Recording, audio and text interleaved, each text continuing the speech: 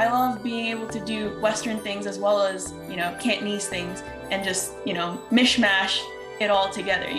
We might have a hot pot party and I'll make an apple pie, that kind of thing. And I think that's beautiful, and it's our own thing.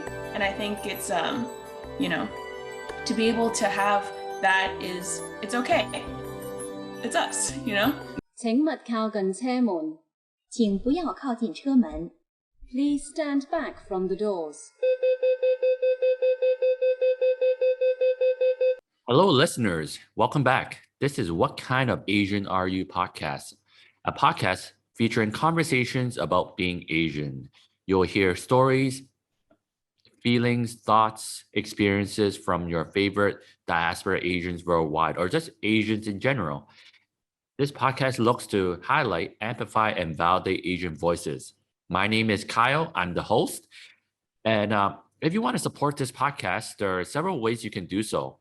One, just to keep listening to us, subscribing to the podcast wherever you listen to, share this with your friends and family, and, follow the Instagram at What Kind of Asian Pod. Your support from all those avenues greatly helps this channel grow and this podcast to keep getting bigger and bigger so we can get more interesting guests, wanting to have conversation with me.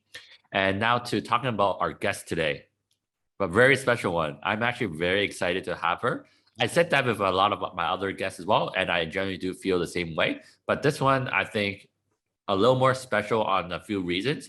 One of them being like when I first started this podcast, I think in terms of my brainstorming session of like who I want to have on and all that stuff, she's one of the people that I jotted down that I want to have her on just to talk. And another thing that really made me want to have this person on was just from watching what she does on the internet. She makes me feel very happy because of like what she sets out trying to do on her own kind of way. Because I think what she kind of does is what I want to do in some sort of way as well, but I haven't figured it out. But at this point, she's really been doing it really well. And overall, very happy to see her growth on the internet and all that stuff and the impact she's making. And enough about me just talking about how much I really appreciate her and like happy to have her on the show. I'm just going to bring her in. And for today's guest, she is a content creator. She is someone who's advocating for the overseas Cantonese community to pick up our heritage language, which is Cantonese. And she does a lot of other things that's really cool. And she has a very interesting story and background as well. And we're going to talk all about that and her thoughts and feelings on everything that really speaks to me in terms of identity, culture, society, and all that stuff. So without further ado, we have Brittany from Cantonese with Brittany with me on the show today. Hi, Brittany. How are you doing today? Good. How are you, Kyle? Thanks for having me on the show. I'm very excited because if I am correct, this is one of your few first podcast appearances so far. Yeah, you're right. Yeah, so very excited to have you to hear your story and all that stuff. Likewise. And for the audience that may not know exactly your whole story, can you just give them a little kind of idea of who you are, what you're about, and what I asked all my guests would be, what kind of Asian are you? So I am a second generation Chinese Canadian. My parents are from Hong Kong. Well, kind of. My dad is from Hong Kong, but my parents are both, Cantonese speaking, mostly from Hong Kong. And I grew up in Toronto, one of the suburbs of Toronto, and, spoke Cantonese most of my life.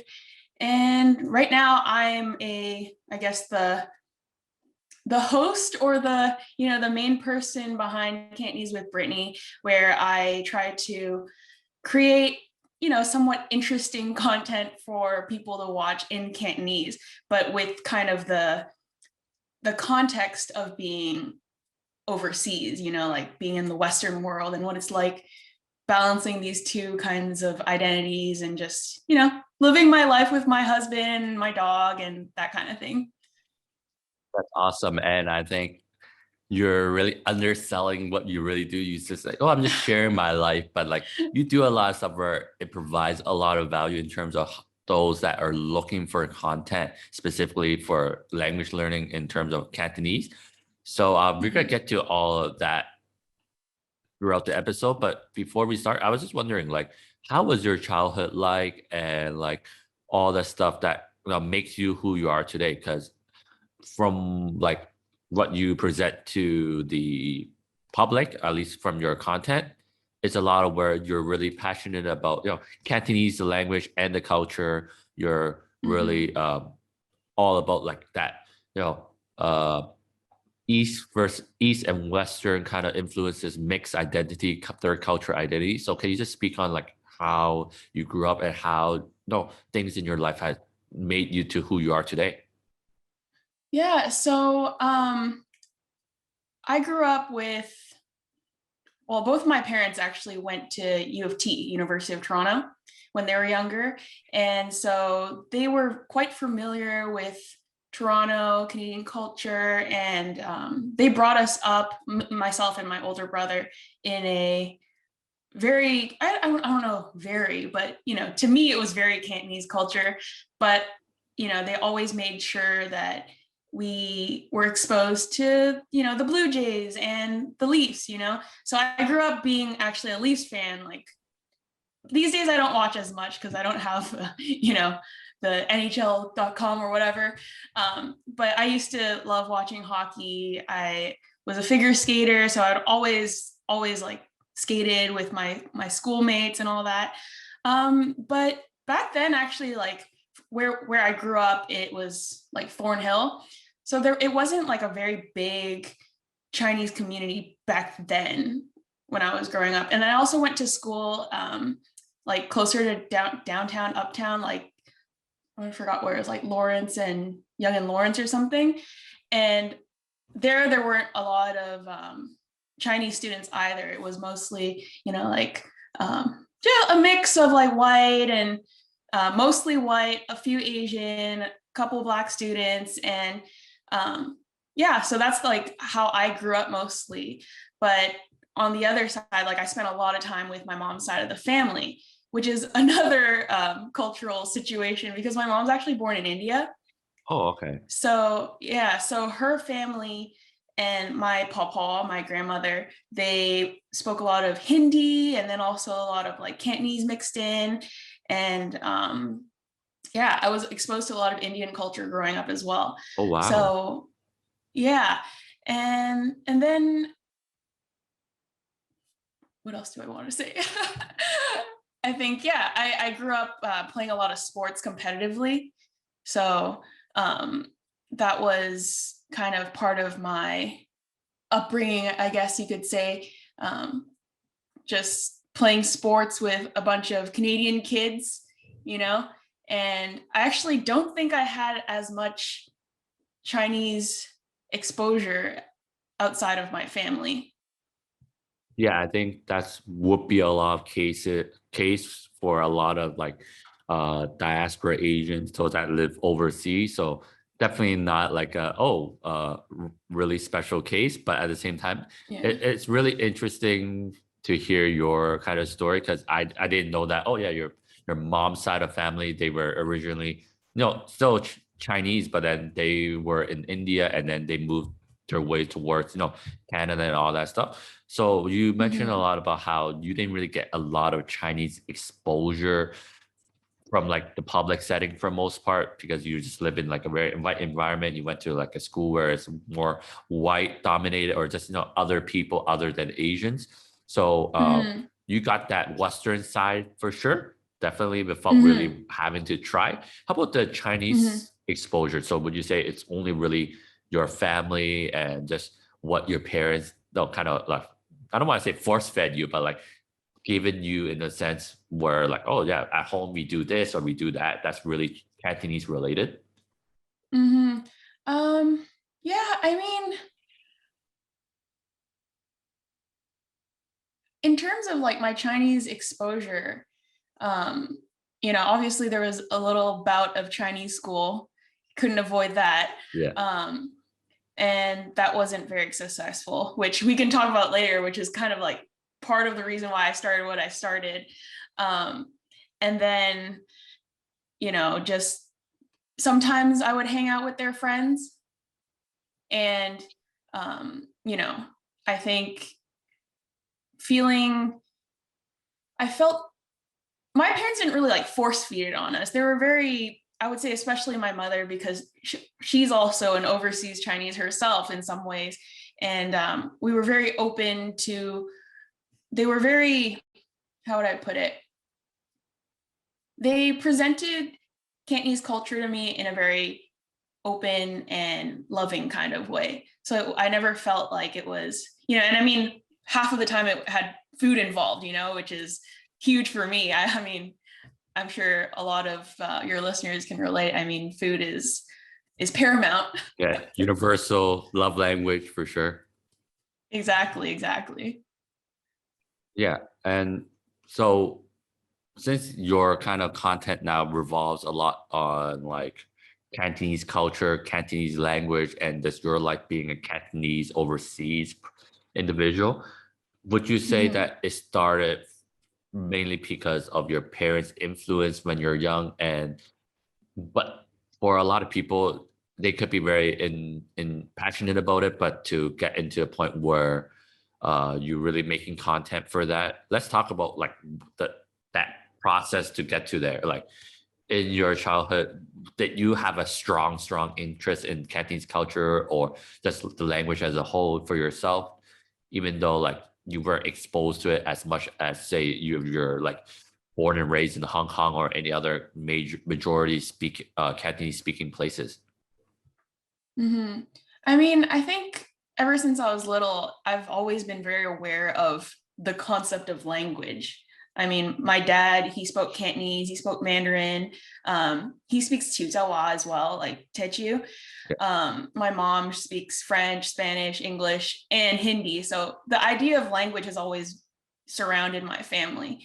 And so I think very early on, I took an interest to Cantonese because growing up, I could speak it to a certain degree, but when I had family from Hong Kong come over, there was a glaring difference, and I knew like immediately, like I mentioned this in a different podcast where I was saying like not necessarily my parents, but aunties and uncles outside will comment on the fact that my accent sounds funny, or that it's a very like joksing, overseas kind of sounding Cantonese. And I don't know, I guess, there's several ways to take that as a child. Now that I'm older, I understand, like, don't worry about those things. Yeah. People actually don't really care. But I think as a child, you can either take it as I'll never speak it again, or let me try to do what I can to try to speak in a way that they won't say that. So I think around like 12 years old, I started trying to emulate my cousins who would come over and study. And, I try to speak like a Hong Konger, and that kind of propelled me into, today, where I have a very good relationship with Cantonese, in the sense that I've always tried to speak it. People have complimented me on my proficiency as an overseas kid, and also the connections I've been able to make through Cantonese with native Cantonese speakers in my life. So I hope that through my channel, I'm able to inspire others to do this as well, because, I have friends as well who are CBC, ABC, and they don't speak Cantonese, or they don't speak their mother tongue. And I do sense a little bit of a regret within them. And that makes me kind of sad, and I really hope that they can make the most of that part of their identity. Yeah, definitely what you're doing now is very inspiring, because anytime I see any sort of Cantonese language learning content and people are like, oh, who do you recommend? Or like, oh, who to check out? You're always on the top of the list of like, oh yeah, the people that you should check out, because she provides not only useful content, but also very engaging and very like almost interactive, because you really all about like engaging with the audience as well, like helping them and along the way, like even though like you are overseas, you're not technically native, but you try your best to provide any kind of resources available to help those that wants to pick up the language. And it's very, very inspiring. So like, thank you for doing that. Like, of course, for myself, just like you, like I grew up where, no, my parents didn't force me to like, learn the language or anything, but then the culture and the language like kind of like stuck and all that stuff. So for me is like, I know Cantonese, my proficiency is up to a certain level that right now I feel I'm comfortable with, but it could always be better, of course. And I think I very early on accepted the fact that like I cannot get to the level of a native, regardless of like whether now I decide, oh, I'll go to Hong Kong and live there for the rest of my life. It's just not going to happen that way. And it made me a lot more comfortable. But then at the same time, I feel like that could also be a crutch for me in terms of like not trying harder. But for how you're doing your content and how you're inspiring others, and my desire to hopefully help with like promoting Cantonese to like overseas communities like yourself, is one of the things where I'm like looking like, oh, I should work harder. I could do things like tuition or anything like that to like get better so that I could start like doing what you kind of do in my own way. So thank you for that inspiration and kind of all that stuff. I appreciate that. Talking about again to your childhood, like, so you mentioned like you did a lot of like sports back then, and then you lived a very kind of traditional childhood in Canada in the suburbs. So your parents kind of put an emphasis on language learning just because they knew a lot of languages. So did you really kind of had a lot of time and focus on Cantonese specifically with like Saturday's Chinese school, or it was very casual for you? So actually Chinese school wasn't Cantonese Chinese school. I went to a I think it was like Taiwanese school, I want to say. Yeah, so I learned all the pa for a few years. Yeah. And I mean, that just did not stick. I mean, yeah, it was, it wasn't very, I mean, I didn't even speak Mandarin, right? Yeah. So it was very, very tough. But at home, there was a little bit, well, I went to a French school. So there was emphasis on learning French because my mom spoke it. But as far as Cantonese, I don't think there was like a very, like a strong push for it at all in my household. Our grandmothers would live with us sometimes, and the only way I could speak to them was in Cantonese. So, and I don't know if my viewers or your listeners get this vibe from me, but I'm a really chatty person. So part of the reason I really wanted to learn Cantonese was to be able to talk to my grandparents just to be able to chat with them. And, that was kind of the driving force behind all of it. The main thing is that my parents never forced it on me. And it was always just part of, our day-to-day living. My parents always, there was a period of time where I was spending more time at school with my friends, and I was speaking a lot of English at home. And my parents would, for themselves, they wouldn't say it explicitly like, oh, you have to answer it to me in English or Chinese, but they would only speak to me in Chinese. I would understand, I would respond to them in English. And then slowly, I guess I just conformed back to speaking Cantonese with them. Something they told me though, when I was younger, and it's something that sticks with me to this day, is that they told me, they said, Brittany, you're Canadian, but you have to remember you're also Chinese.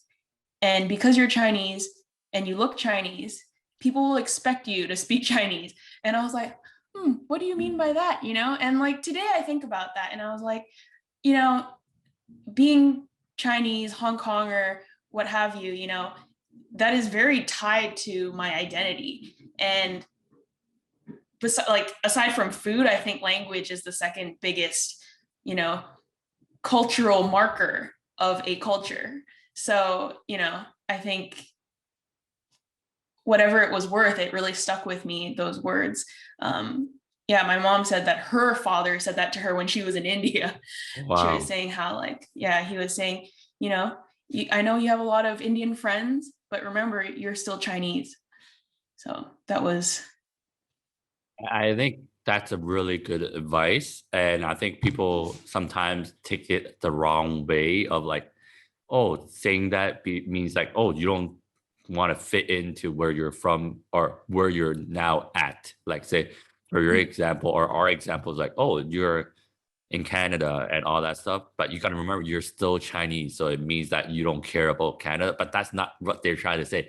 They're trying to say you No, need to yeah. remember that you are now in a new place or like a place that you're growing up, working and all that stuff. But don't forget your roots in the way where you can celebrate it and appreciate it, but at the same time, like be respectful of like where you are now and where your ancestors have like gone through to get to where you guys are now. I think that's really strong rather than thinking the other way is like, oh, I can only be Chinese or I can only be Canadian, that kind of thing. I Yeah. think that's kind of a wrong mindset. And that's where people kind of go sideways in terms of deciding, oh, what identity I should have kind of thing. I don't think we should really force ourselves to move in a way where it's either this path or that path. It could be where you can have everything that you want. What components you want, like the Western side and the Eastern side, you can have both of them, whatever Exactly. you want.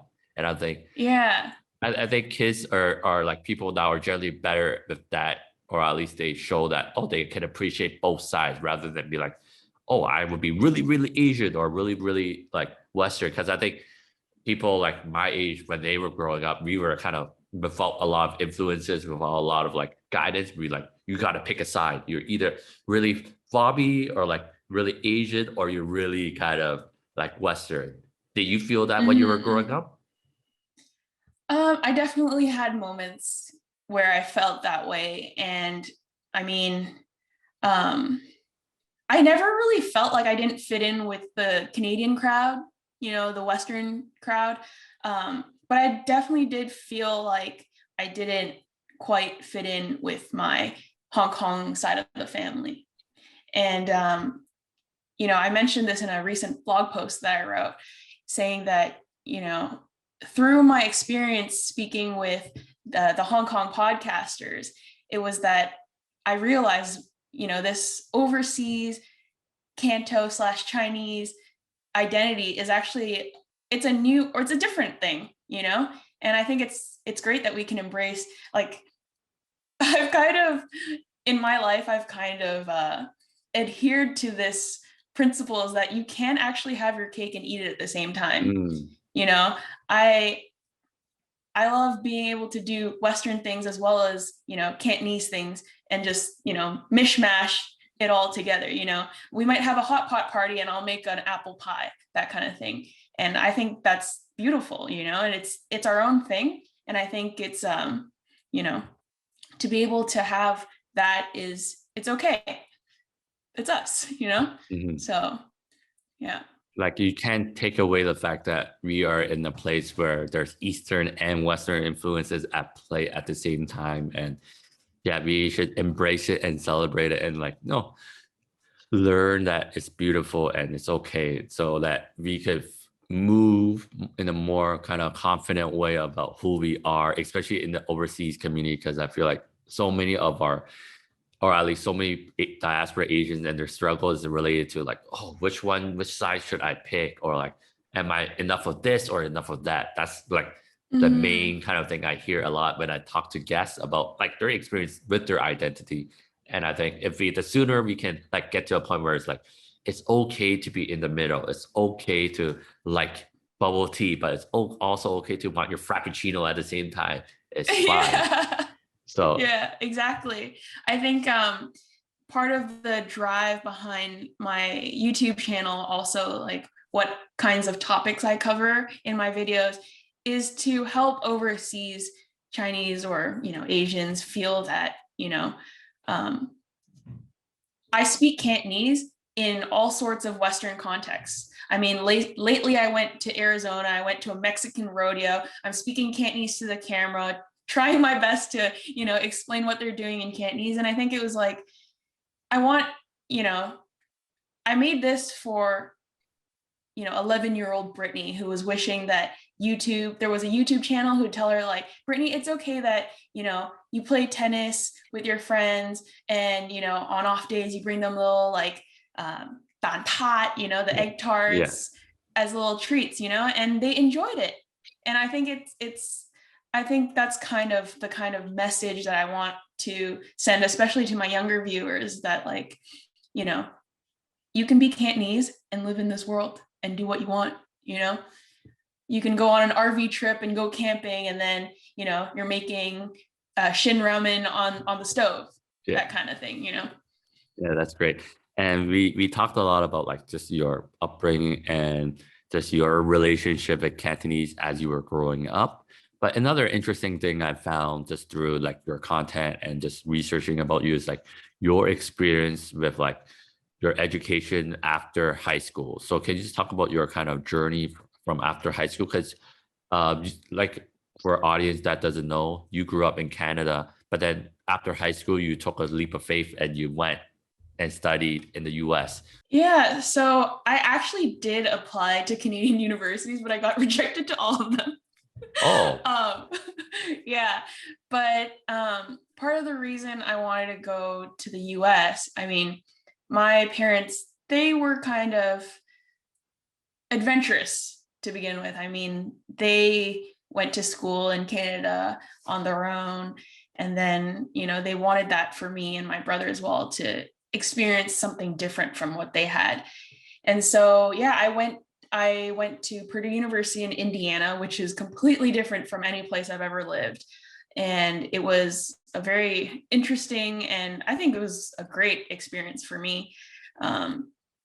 In terms of identity, it was kind of fun being Canadian there, because a lot of people, Purdue University has a big overseas like Chinese student population, but being Canadian for some reason kind of like trumped that. I don't know how, but people were really interested in the fact that I was from Canada.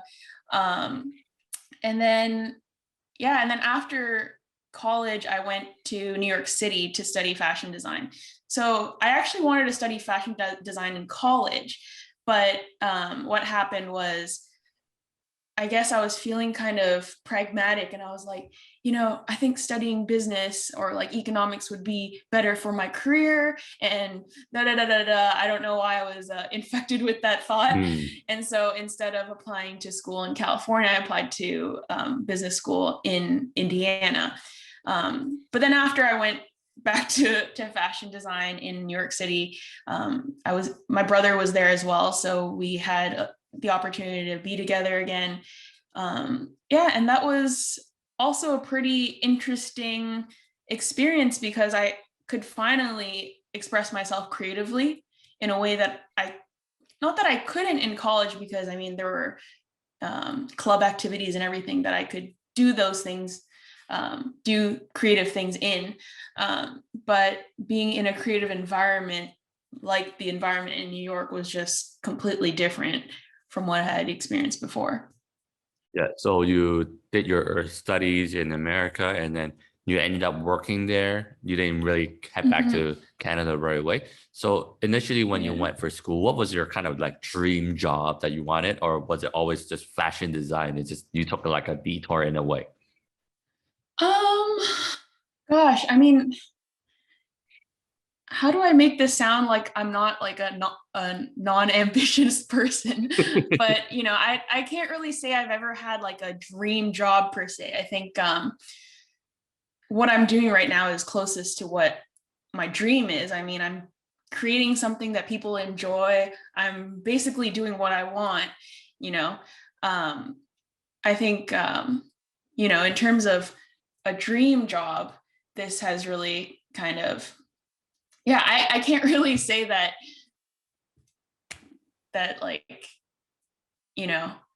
the fashion design was like what I really, really wanted to do. But I think when I first started, I didn't know, honestly, I didn't know what I wanted to do, especially after college in Indiana. But when I went to fashion school in New York City, that's when my intentions became more clear. I mean, I went to New York City with the intention of working in fashion, so I went to fashion school, and then so I ended up working at a fashion house in the Garment District in Manhattan, And there I worked as a design assistant, and then I eventually went into sales as well, for like almost 2 years. Oh, wow. And I remember seeing somewhere or reading somewhere where you talk about how during your experience doing fashion design or like in that industry, you were able to end up using like Cantonese with the people that you're interactive with. And I think that's really cool. And like, it's nice to Yeah. hear like, oh yeah, you were able to use something that, at first it wasn't really forced on you, but eventually you gain appreciation of like the culture and all that stuff. But I wouldn't have expected to be like, oh, you were actually going to use it in your work. Can I just speak on that? Like, Yeah. how do you find that experience? Like, it must be really special for you. Like, oh, I'm able to use the language that I spoke at home to do the work that I need to do. Yeah, no, it was so cool. I mean, even though I had my brother in New York City with me, at some point he left for back to Canada, and being able to speak with, I mean, it was more than half of my company were women from China or Hong Kong or even Vietnam, but they all spoke Cantonese, and it was, I think it was one of the highlights of working in New York for me, because they became family to me, you know, and being able to go to work every day, see the same aunties, bid them a josan, that kind of thing is just, it's an irreplaceable kind of experience and moment, that a kind of connection that you have with other people. During Chinese New Year, the factory people also spoke Cantonese.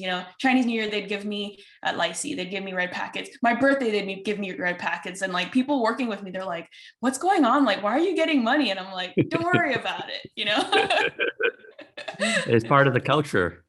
Right. Yeah, It's nice that exactly. you're able to get your culture in a place that, you're not originally from people that is close to you, even though you didn't really live together or anything like that. It's a special feeling to be like in such a far away place from your own home without your parents, and you're like, I'm still able to get that cultural kind of touch points, because for a lot of people, especially overseas Chinese kids or whatever, it would be like they might be Hmm. away from home and then right away they don't have any connection to their culture anymore. It could be like they live in very rural America, or like they live in a big city where they can't find their cultural people.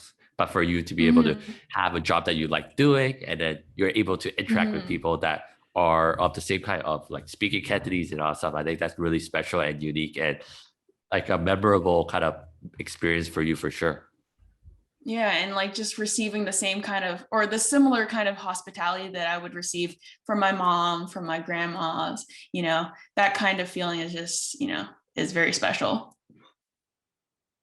Yeah. And talk about your experience working in New York. So how long did you spend being in New York working before you took on the next step of your like career per se into like content creating? I think that's the next step that you had. It was about 5 years. So I was in New York studying and then working for 5 years. And then at that point, I had already met my husband, Jared, and I had kind of burnt out in the fashion industry. I mean, it's not as glamorous as people put it out to be. I mean, what you see of fashion, that's like the marketing, that's the influencers, but behind the design, it's like a lot of hard work. And I think at that point, it didn't become, it wasn't creative for me anymore. And so I moved on to content creating. And I think at that point, actually, I was thinking about doing something um, that would give me more options in terms of jobs, because what I was doing, there's only a certain amount of jobs available for fashion designers in New York City, unless you want to start your own label. So I said, you know what, I'm going to give graphic design a shot. I like drawing, I like making little graphics. um, let's see what I can learn and what I can make out of this. And so it turned into a couple courses. And then one of the classes I took was on animation. And so Jared came up with the idea of Cantonese with Brittany, actually. He was like, it'd Oh, be, yeah, he was, we had been in a very serious relationship, and he said, like, I really want to learn Cantonese, but there's so few resources out there. And I was like, you're right. And I'm like, but, then of course, as always, there's this kind of imposter syndrome that kicks in. I'm like, but can I teach Cantonese? Like, I don't even speak it that well. And then I was like, but like, how do I even teach it? I don't graphic design very well. Like, so as I was taking this course, I did a little bit of animation. I got the idea. I was like, I can maybe do little characters and move their mouths a little. And Jared wrote the stories. He made me learn Yutping. And he learned it himself. And it was kind of a little passion project that started from him wanting to learn Cantonese.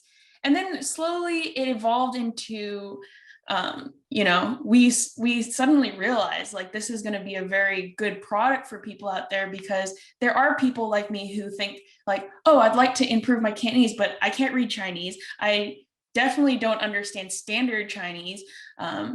English subtitles help some, but like if you really don't understand anything, like how are you going to learn it? So that's kind of how we got onto that path. that's amazing. I wouldn't have guessed it was from like your husband wanting to learn Cantonese. So he kind of like, oh, why don't you create content for it? Because I would have just thought that he would be like, you sit down with me, go over Cantonese phrases with me every day or every week, and then that's how we learn. But for him to have like the foresight of like, oh, you can create content for it, and then you actually being able to have the skills to do it, and then provide the content out to people that are looking for that content, which I think not a lot of people specifically look out for it, just because of like because they don't think that there's content for that at all. I think the biggest thing with Cantonese is that people aren't aware that there are content available to consume to help them learn. I think that's the biggest barrier for more people to pick it up, just because they didn't know that there are resources like Cantonese Brittany or with Jade with Inspirlang, that kind of thing where like, it's more digestible rather than reading a textbook. Right, exactly. And then there's also the issue with, there is actually a lot of Cantonese content in Asia, but it's not exactly accessible to the likes of me who does, well, I mean, now I know how to read and write a little more than I used to, but like when I started a little over a year ago, I was like, couldn't tell a word from another. There's no way that I would be able to sift through all those pages on Google to find what I want to watch. Yeah, I think your kind of content is the sweet spot of where like the commitment that people need to take to want to learn a language is not that high, to where they even if they be like, oh, I'm burnt out, I don't want to learn the language, but I want to still be like immersed in it somehow, so that they don't lose it, or per se they can watch your content very still lifestyle kind of vibe, and like you still talking about the culture itself and some like pointers on how to improve their Cantonese. So the people that are like, oh, I'm really committed to learning the language, I want to start, but then you're the best kind of access first, be like with your content where it provides like you paying or like more kind of explanation of like more intermediate level kind of like vocabulary or how to use the language or sentence structure. So I think you have things for every sort of kind of people wanting to learn Cantonese without feeling afraid to try taking the first step. I think taking the first step is also very hard for those that want to pick up their heritage language after years and years of like leaving it behind, just because of either say they had other commitments or they were scared of like how people looked at them for learning it, or not, they're not good enough, or like just a lot of assimilation issues as well. So it's nice to have your content where it's a bridge to like, thank you. Because I don't think at the end of the day, you're not with like a teaching background specifically where like, oh, they have to look for you and that's all they need and that's all they learn, all the Cantonese. Because I think you're a good start and like foundation for them to like, oh, get a good understanding, and then they move on to like other kind of maybe actual textbooks or other content that gear towards like proficiency, to like, to the point where they could, look at, oh, let's try to be as native as possible? Would you say like your kind of idea of what your content would be like that starter, that foundation to get them intrigued and like get them started so that they can move on if they like to the higher kind of level of Cantonese learning? Exactly. Yeah. I think one of the things is that when I started this, the content that was available was either like too elementary, I guess, and or like too geared into like towards learning, like sitting down and hearing a lecture kind of feel. And then it's also too intimidating. I mean, I'm at a level where I can watch, vlogs from Hong Kong vloggers, but if you don't understand up to that level, like what are you going to watch? You don't want to always listen to children's stories, or you don't always want to learn the grammar for why you use this versus this. And like, it can get a little dry. I understand. And that's not for everyone. Someone like my husband, Jared, who is like, who loves languages, he'll do that, but that's not for, I would say, the typical learner. So I thought, the kind of stance that we always try to take in our videos is to keep things light, keep things simple, and try to make it fun so that people enjoy watching it. And then maybe over the course of watching 20 videos, they'll pick something up, Yeah. So would you say, Lau, your kind of focus with the channel and the content that you create moving forward would be more just promoting the Cantonese language in the diaspora community versus actually like what people kind of think of you as like you're one on YouTube teaching Cantonese, you're the teacher and that kind of thing? Because I think that would be a lot of pressure for any kind of overseas Chinese person to take on, because realistically, unless we grew up in Asia where we're learning a language natively and all that stuff, you might not have, at least for me, maybe I have imposter syndrome or whatnot, but like I want to have like the confidence to be like, oh, I'm teaching you things and this is how it is, and you can be relaxed to know that, oh, everything I'm teaching is up to par and all that stuff. Would you say that's kind of your feelings right now with like how your channel is going and stuff? Yeah, you're right on the money. I mean, definitely, I wouldn't even go as far as saying it's imposter syndrome on my part. Like, I am an imposter teacher, Oh no, I don't say that. know. You're doing a good job. Like, well, I think, the thing with teaching languages, and this is, I'm just repeating what Jared has been telling me all along, is that, how do you learn a language, or the language that you speak mainly right now? How did you learn it? You learn it from your parents or whoever raised you, right? And I mean, my parents aren't language experts. His parents aren't language experts, but they still taught him a language. So I think like as far as language learning goes, the most I can do is teach it in a way, a mother would teach it, and that's kind of what I try to do in my videos. And yeah, I think I am trying to move away from that teacher label, because I just don't feel comfortable being like, oh, I'm a Cantonese teacher. I mean, like Jade's a Cantonese teacher. Kahe from Poetic Cantonese, he's a Cantonese teacher.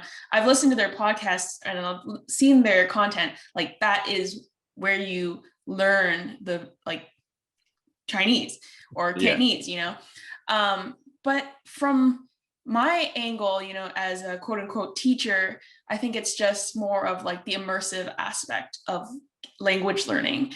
I take my camera around with me and I'm like, this is this. Oh, look at this beautiful view. Like, do you like it? I like it. That's kind of how a mother would talk to a baby, So yeah, I think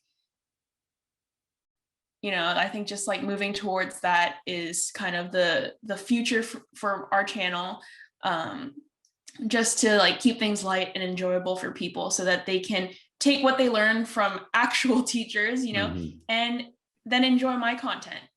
Yeah, and I think from your content, I could feel like you're kind of also putting an emphasis on like when you're watching the content that you're putting out, you don't feel the pressure to be like, oh, I'm gonna go through the material and I'm gonna be native.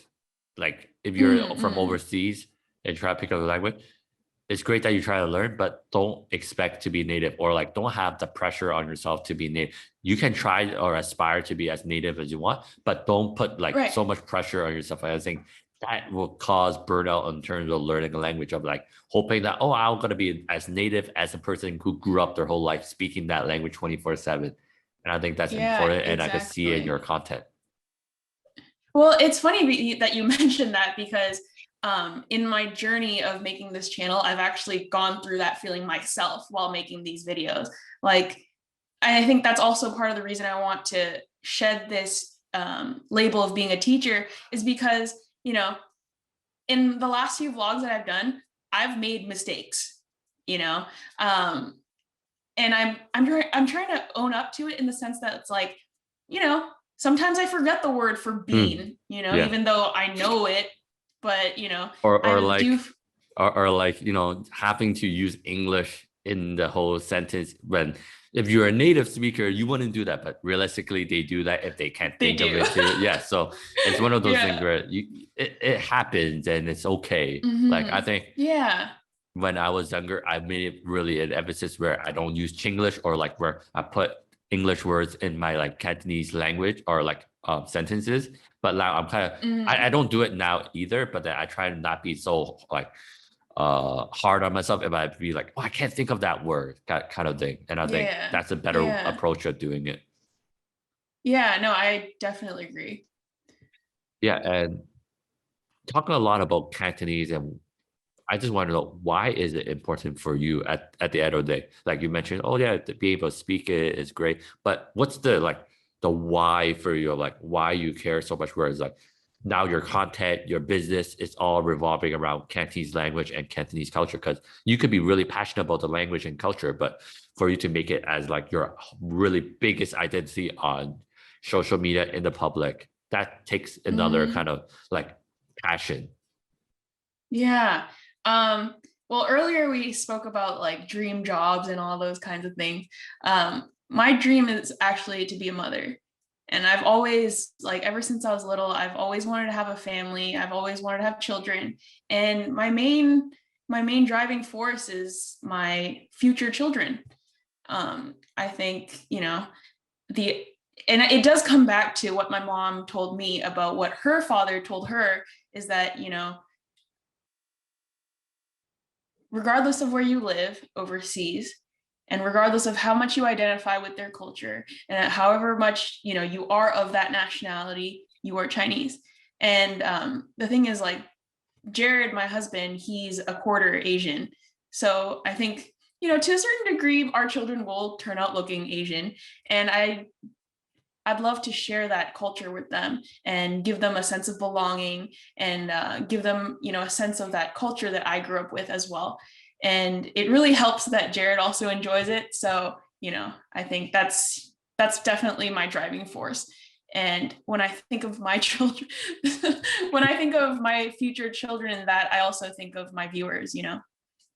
That's great. It's nice to hear like the why for you, because your why seems like to be something where you will do whatever it takes for your business, your content to grow as big as you want it, just because you're doing it for your future offspring. And that, you know, for anyone, anytime that you're talking about, oh, you're willing to do anything for your offspring, you got to do your best, regardless of what it may be, Yeah. even no matter how hard. And I'm thinking about that for my future offspring as well. Where like, I want to do something where not only teach them the language, the culture and stuff, but to make them be proud of it and like not be like a lot of our peers back in the day where it's like they resent it, they hate it and all that stuff. And Mm. I would I want to talk to you since you brought up the topic of like children and like teaching our future offspring. Like, what's your plan of how to approach like language teaching, specifically Cantonese? Because it's tough. Like, how do you make sure that you can teach them the language and the culture, but without being too forceful and all that stuff? And at the same time, there's so many other things you gotta teach them as well beyond the language and the culture that's going on in the world given today's climate and all that stuff. Yeah, I mean, it's hard to say what exactly I'd do because I mean, gosh, it's so funny because like as I get older, I keep realizing how cliche I've become. But you know, there's no rule book or handy book written for raising children, and it's something that Jared and I constantly are trying to figure out as we move along. You know, just today I made lunch. I made some rice, some steamed eggs, and some Chinese sausage, and I was like, we sat down and I said "Sikfan," something as simple as that. I was like, oh, I think I'd like to teach my children that, something as simple as greeting the elders at the table to have a nice meal, something like that. But in terms of language, I think, that's part of the reason why my husband is learning Cantonese, is so that at the very least he can understand me when I speak to the children. I think, yeah, it's hard to say. Like I'll try my best to speak to them in full Cantonese at least to the age of 5. And then at that point they start talking themselves, and it's a wildfire. They'll take it where they'll take it, but I think I'll try my best to speak to them in all the Cantonese I know. I mean, speaking at a fifth, no, not a 5th grade, like a age 5 level of Cantonese isn't too hard for me, I think, You're more than that. So, you're an adult for sure. It's like, well, you be able to do a Cantonese podcast though without an issue. I was like impressed. Like, I don't think I can do that. And like Jade invited me to do her Cantonese diaspora show. Is like, yeah. I said yes, but like at the same time, am I equipped to do it? Like, I'm worried that because she's a teacher too. So right. Yeah, no, it's definitely so nerve-wracking. I wrote this in my blog article about that interview or podcast that I did with them. I was just so nervous leading up to it. I mean, I was very excited, of course, but I did so much preparation leading up to it that I asked them for, podcast notes. And then I went over all of that with an italki instructor, and I added classes too, so that I could talk it over a few times. And then at the end of it, like, it didn't turn out to be as bad as I thought it would fine. Be. I thought it was fine. Thanks. Yeah, but it was, it was a great experience. I think sometimes you surprise yourself and also learn to take it a little easy on yourself as well. For sure. And I just want to loop back to what you mentioned, like, oh, your husband now is kind of learning Cantonese so that he could like at least understand what you would be saying to your future children and all that stuff. So how is he currently doing with his learning progress? Like, can you just let us know like how he's at? Because I've seen the video of you testing him on his Cantonese with like that durian challenge and all that stuff. And it seems like he's at a certain level. Like, so how would you say his level is at like right now? Like how long has he been like really actively learning? So he's been actively learning since I started the channel. But lately, so I think when this podcast comes out, our video will come out, but we're planning like a little challenge with him to practice his Cantonese every day. Ooh. So he has an italki instructor who he talks to for about an hour, and they, exchange. She'll write him new words that they learned for that class. He's been using Inspirling's podcasts, Inspirling's textbook, Jade's, and then also Poetic Cantonese as well. His podcasts have been really helping. And then also a great resource that not recently discovered, but he recently started using is Hambalang, the YouTube channel, Hambalang. And they do children's stories, but they're really cute. I mean, they're not boring to listen to as an adult. And so what I'll do is actually we'll sit together, listen to the stories. He'll repeat after them as a child would, and I would correct his tones. That's how I kind of like, practice with him. And a lot of times if one of the nice aspects of Hambalang is that they don't have English subtitles, but they translate it verbatim, so word for word. And that makes it kind of, I guess, a little easier, but also more difficult than having just like straight English subtitles, So he'll see how the words are organized, and then he'll ask me like, what does this mean? And, that's kind of how we practice. That's great. And how would you say his Cantonese proficiency right now, if you were to give him a grade right now out of 10? Oh, out of 10? Oh, that's hard to say. I mean, over a year ago, like when he first started, he had trouble with the pronoun like ngo, lei, koi, and all of that stuff. And that was the extent of all he knew. But now he's starting to really nail the tones. and he's learning a lot of words every day. I feel like I'm talking about a child. But yeah, I would say like from 1 to 10, he's maybe at like a 3 or 4. That's good. In a year, that's great. Yeah. And I Yeah, I think would say like, and then since you guys, the business part is about Cantonese, there will be no like excuse for him to like slack off per se, like because if he does that, it's kind of bad, right? Like he would struggle there's in the definitely business aspect, right? Yeah, there's definitely no chance of him slacking off. He's definitely the harder working of the two of us. But yeah, I think he's also become really good at Yuping. And for all the listeners that want to find you, see your content, support you, where can they find you? And what are the future plans for Cantonese with Brittany as well?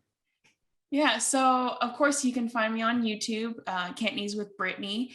And then you can also find me on Instagram, Cantonese.with.Brittany. And then I'm also on Facebook, and you can also check out my blog at cantonesewithbrittany.com. There I'm expressing myself more than I could in Cantonese on my vlogs. So, I try to write blog posts attached to my videos that, I can express myself in English a little better than I would in Cantonese. So yeah, in terms of the future of Cantonese with Brittany, gosh, it's really hard to say, with the pandemic and everything, there's a bunch of things that I want to do, a bunch of collaborations with other creators, even my own family planning and all that kind of stuff. Who knows what's going to come up? Mm-hmm. But I think Jared and I are hoping to include a little bit more of him onto the channel. That's great. Yeah. Yeah. And then also, I think bolstering our Patreon as well. Oh yeah, and you can find me on Patreon as well. There I have, my videos. We have a bunch of videos with Chinese, Yuping, and English subtitles, and then we have a whole bunch with Chinese and English subtitles. And then now we only have English subtitles, but you can get Yuping subtitles and Chinese subtitles through our Patreon. Mm-hmm. So there's a lot of good content on Patreon. We're hoping to, boost that up even more and create more value for our patrons. And then, we'll see what's to come. It's really hard to say, Mm-hmm. We're always trying to think up of new ideas and how about the merch line? Ooh, merch line. So this is how would I say it? A little sore topic for me, because coming from a fashion background, I obviously want to I came from a fashion house that put out a new collection every month. And while I don't really want to do that, I do want to put out new things. But that's definitely on our radar. And I'm hoping that maybe, it might have like a fun collaboration with another CBC or ABC artist or something. And, I hope everyone will look forward and like that. So yeah, that's on our radar. And what's the brand again for the merch, or where could they find it as well? Oh, they can find that on my website on cantonesewithbrittany.com. There isn't really a brand name. It's just Cantonese with Brittany merch. So yeah, you can find it on my website. Very nice stuff. There's hats, there's all sorts of stuff. And James, one of the person I interview as well, he's a model there with his wife. Really cute. Yeah. Really nice. When I saw it, I was like, oh wow, I didn't expect this kind of collaboration. I mean, I do know that you guys were connected, but I didn't realize, oh, he's gonna model it, everything, and it was really nice to see. And I'm very happy to be able to have this conversation with you. It was a lot of fun. Likewise. And very nice to hear your story and your perspective, and keep doing what you're doing. You're doing such great work, very inspiring, and hope nothing for the best for you and Jared and your whole family, kind of what you guys plan to do with the channel, your own family planning, and all sorts of fun things. And all the best, and thank you again for doing this. Thank you. Thanks for having me here, Kyle. And for all the listeners, thank you for listening, and join us again next time on What Kind of Asian Are You? And make sure to subscribe to the podcast, follow the podcast on Instagram at What Kind of Asian Pod, and just share this with people who you think would gain value from this. And Till next time. Bye-bye. All right. Cool. I'm gonna press stop.